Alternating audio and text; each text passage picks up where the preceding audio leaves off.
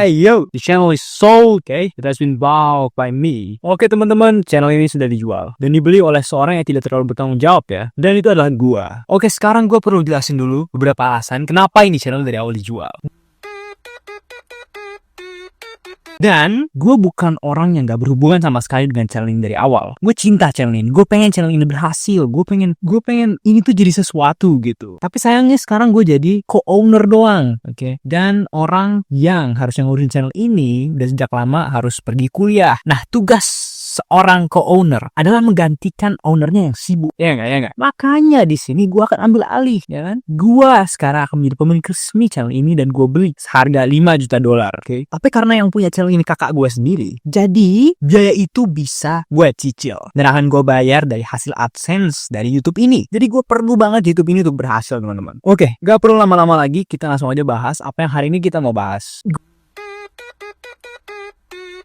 Gue tuh beda sama kakak gue ya. Kenapa? Karena gue tuh sukanya anime yang notabene aneh gitu. Cukup unik ya. Contohnya aja deh, anime favorit gue tuh Kino no Tabi. Oke, lu gak pernah denger anime ini dan lu mungkin gak akan pernah mau tahu soal anime ini. Tapi percaya sama gue deh, anime ini tuh bagus teman-teman. Kenapa? Ya. Karena anime Kino no Tabi ini itu ada genre yang sangat unik. Namanya filosofi. Nah, genre filosofi ini itu cuma ada di beberapa anime. Jarang banget gue temuin ada anime yang punya genre filosofikal.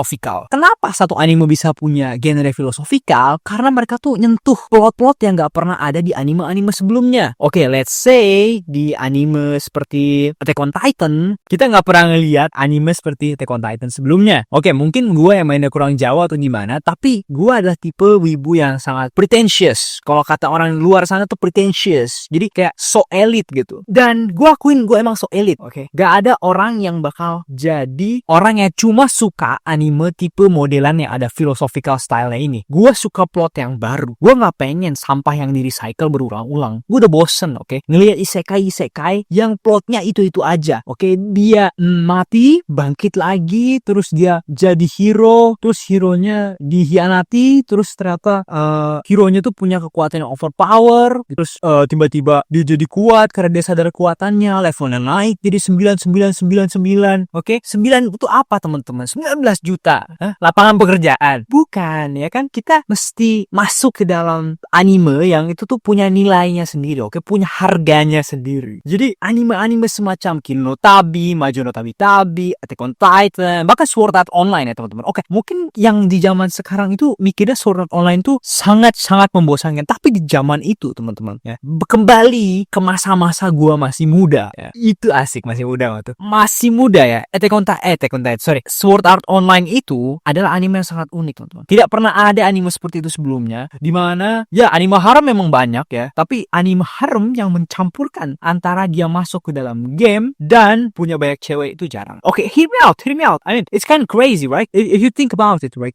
Log Horizon sebelumnya memang anime yang cukup bagus, oke? Itu dia udah menggabungkan konsep ada game, ya kan? Ada dia masuk dalam game dan dia nggak bisa keluar lagi. Tapi tahu nggak apa yang kurang dari situ, oke? Yang kurang adalah heroinnya kurang banyak, makanya Sao dengan sangat cerdas itu menambahkan elemen-elemen yang kurang tersebut. Okay? Jadilah kita mendapatkan masterpiece yang disebut Sword Art Online. Ya? Coba bayangin, Sao tapi tanpa heroin tambahan itu, yang pada akhirnya kalah juga sama Asuna. Itu tuh rasanya kayak makan nasi tapi cuma pakai garam. Okay? Itu tuh nggak berasa, teman-teman. Oke, plot dari Kirito itu, ya, dari season 1, dari season 3 ya sampai ke pertengahan season 4 tuh tentang nyari cewek. Jangan denial, oke? Jangan denial. Kenyataannya memang seperti itu, ya kan? Nah, teman-teman, balik lagi ke gua ibu yang seperti apa. Ya kan, ini kan masa-masa perkenalan nih, ya kan? Ada masa pergantian admin. Jadi kalian mesti kenal dulu nih sama gua nih.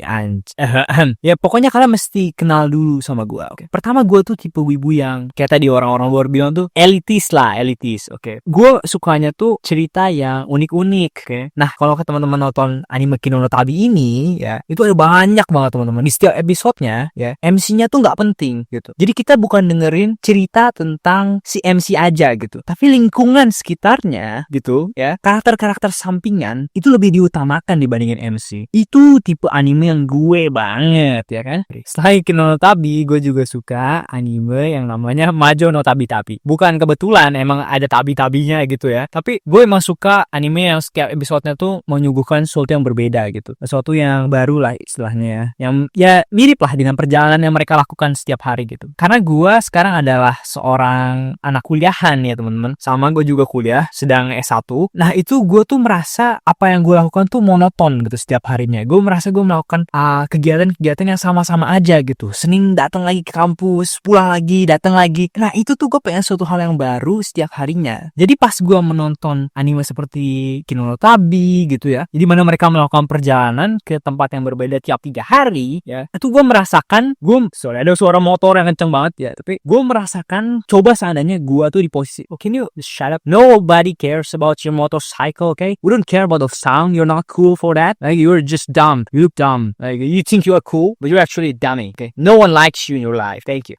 Okay, back at it, like kita balik lagi aja, bahwa sebenarnya tuh gue melihat anime Kino no Tabi itu sebagai pelarian gue gitu. Gue melihat anime Kino no Tabi ini sebagai anime yang mengajarkan gue gimana caranya chill, oke, menikmati hidup lah. Bahwa hidup itu nggak harus selalu ada adrenalin yang tinggi gitu. Nggak harus gue ikut lomba ini, lomba itu, ngejar skill ini, ngejar skill itu. Ada saatnya dimana lu harus diam, duduk, dan santai aja gitu. Nah teman-teman, ini tuh nggak sering loh gue temuin di anime-anime lain gitu. Anime-anime lain tuh seolah-olah menjual rasa adrenalin, kalau gue bilang ya, rasa attention span kita dijual lagi gitu. Padahal kita udah dijual banget kan attention span-nya sama short, tapi lagi-lagi kita dijual sama anime dengan attention span yang rendah ini ya. Kita dijual plot-plot yang manis memang ya, tapi monoton gitu. Lagi-lagi lu bisa lihat polanya. Kalau lu emang ngikutin anime-anime yang terbaru sekarang, mungkin lu menyadari bahwa anime makin lama makin tidak bervariasi, man. Of course masih ada beberapa anime yang per musim itu dia mencoba mengkaji sesuatu yang baru, mencoba mengeluarkan hal-hal baru, bereksperimen. Kalau kalian tahu salah satu anime favorit gue juga ya, gue bisa bilang ya top 10 lah ya, itu adalah Otaksi. Walaupun gue gak tahu di urutannya gimana, tapi Otaksi itu masuk.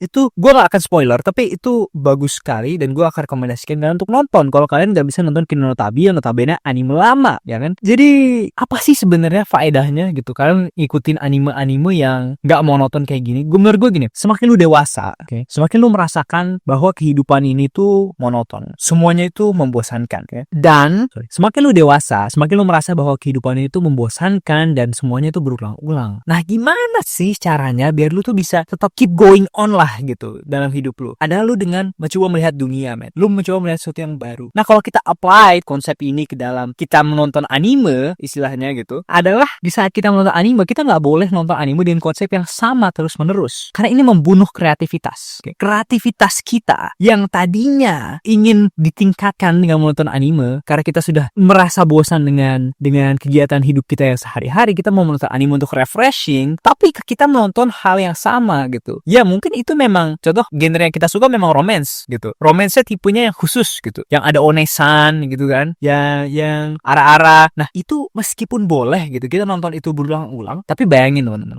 suatu hari nanti kalian akan menonton anime semacam itu lagi dan kalian merasa gue udah gak suka ini nih, gue udah merasa ini membosankan gitu. Dan yang tadinya memori kalian tentang satu anime, contohnya kayak Oregairu gitu, itu terasa memudar, terasa seolah-olah apa yang teman-teman tonton itu tidak seseru dulu gitu. Kok bisa ya gue menikmati anime ini dulu? Kok bisa ya gue merasa ini tuh dulu keren? Gue yakin kalau kalian pernah nonton anime, kalian pernah ngerasain perasaan kayak gini, dan kalian gak sendiri. Gue juga sama. Meskipun gue bilang gue suka anime yang psikologikal kayak tadi, tapi gue juga akan mencoba sesuatu yang baru kok teman-teman. Gue dari dulu gak pernah suka anime romance, apalagi yang main fan service-nya. Tapi gue memaksakan diri gue untuk menonton Gotobu no Hayanome contohnya kan. Gue paksa teman-teman gue untuk nonton movie-nya bareng-bareng, dan ini tuh fine-fine aja teman-teman. Kalian bakal baik-baik aja kok. Nonton anime dengan genre yang berbeda tuh gak akan membunuh kalian, gak akan mematikan suatu dalam hati kalian. Meskipun kalian benci, di dalam suatu anime pasti ada sebuah kebaikan, dan kebaikan itulah yang harus kita cari teman-teman. Oke, terima kasih udah nonton video ini. Aku harap sih kalian bisa agak betah ya dengan cara ngomongnya sangat berbeda dari owner sebelumnya, tapi ya anggap aja ini sebagai bentuk passion gua ya kan, untuk membangun channel ini itu jadi sesuatu gitu.